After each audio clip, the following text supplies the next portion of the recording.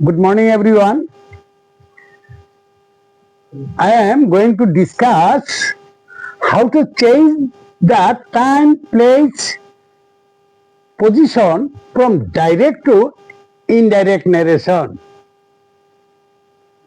How to change the time, place, position from direct to indirect narration. কিভাবে direct narration থেকে indirect narration করতে গেলে এই যে সময়, টাইম, প্লেস এবং পজিশন, অবস্থান, এগুলো কিভাবে পরিবর্তিত হবে এটা নিয়ে আমি ডিসকাস করছি। লক্ষ্য করো, এই লিখেছি ডাইরেক্ট, ইনডাইরেক্ট। ডাইরেক্ট ন্যারেশনে যদি দিস থাকে এটা হয়ে যাবে ইনডাইরেক্টে দ্যাট। ডাইরেক্ট ন্যারেশনে যদি দিস থাকে, দিস, টিএইচএসি, দিস, এইগুলি হয়ে যাবে দোস, ওইগুলি। হেয়ার থাকলে হবে দেয়ার, নাও থাকলে হবে দেন, অথবা এট দ্যাট টাইম। এগো, এগো থাকলে বিফোর অথবা দি প্রিভিয়াসলি।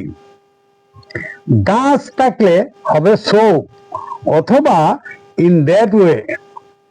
Today থাকলে that day অথবা the same day.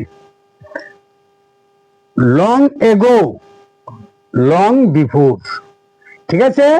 তারপরে দেখো এখানে ডাইরেক্টে জাস্ট থাকলে ইনডাইরেক্টে হয়ে যাবে দেন। ঠিক আছে? জাস্ট থাকলে কি হবে? দেন হবে। টুমরো থাকলে ডাইরেক্ট ন্যারেশনে দি নেক্সট ডে অথবা দি ফলোয়িং ডে। ইয়েস্টারডে থাকলে the previous day. Hereby থাকলে দেয়ার বাই। লাস্ট নাইট থাকলে দি প্রিভিয়াস নাইট অথবা the night before. Last week the previous week.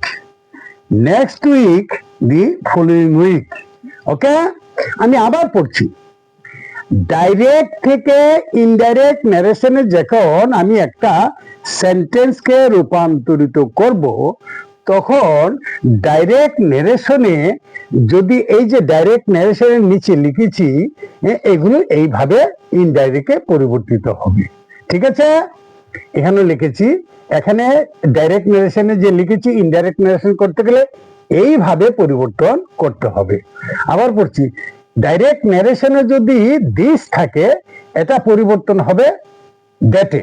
Okay, this থাকলে হবে দোস, here থাকলে দেয়ার, নাও থাকলে দেন অথবা এট দ্যাট টাইম। এগো থাকলে বিফোর অথবা প্রিভিয়াসলি। দাস থাকলে সো অথবা ইন দ্যাট ওয়ে। টুডে থাকলে দ্যাট ডে অথবা the same day. Long ago থাকলে লং বিফোর। তারপরে দেখো ডাইরেক্ট ন্যারেশনে যদি জাস্ট থাকে ইনডাইরেক্ট ন্যারেশনে কি হবে? দেন।